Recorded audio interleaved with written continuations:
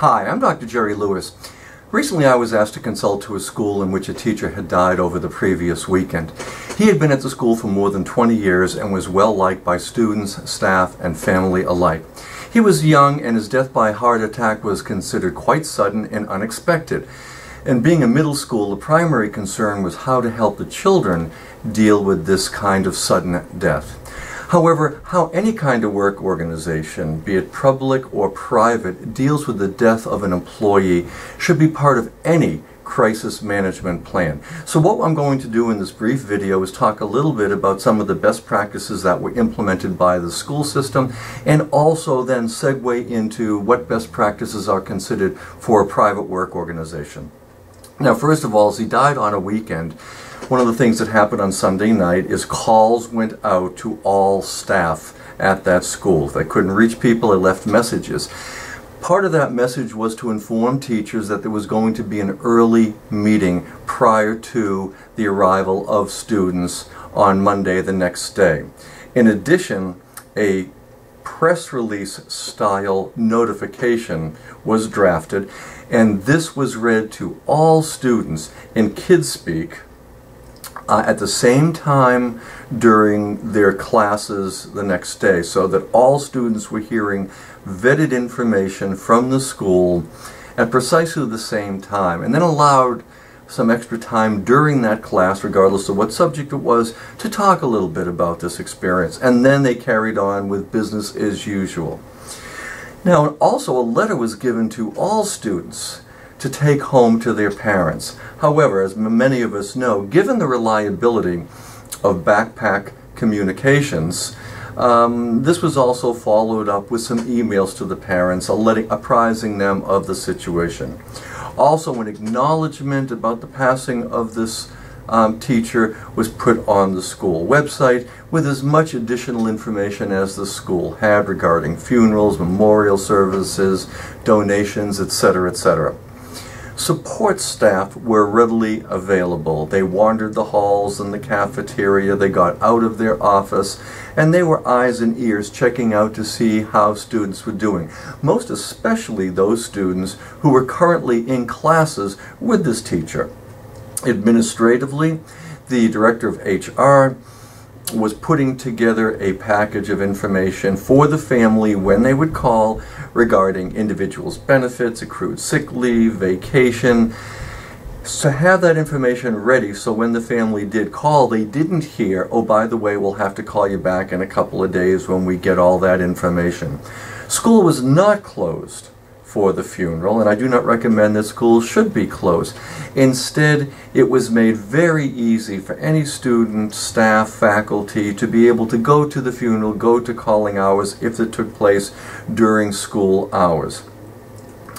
Now, while this is a public school and they have to handle it in a different situation, if we segue over to the private work organization, a lot of the same suggestions would apply. Certainly, early notification of and planning by administration would be imperative. Letting all employees know roughly at the same time whatever information the work organization has. I think in the private sector as well as the public sector, contact from the work organization to the immediate family is okay. First of all, to express condolences. Second of all, to gather whatever information that the family might want on a website or whatever, and thirdly, to tell the family what the work organization is doing and to apprise them when they're ready and they want the information who they should contact. This should be a brief call focused mainly on expressing condolences. Another factor is the individual's workspace should be considered off limits and only accessible by those people, one or two people, who need to get access to it in order to carry on regular business operations. A little note, a little card that says private, most people will get this. I strongly recommend that work should not be closed, but instead the structure and the organization of a workplace should carry on, again, making it very easy for workers to be able to get to the funeral, to get to any memorial services or calling hours. In fact, many work organizations will organize carpool setups for people to go from work to the funeral and perhaps then return back to work.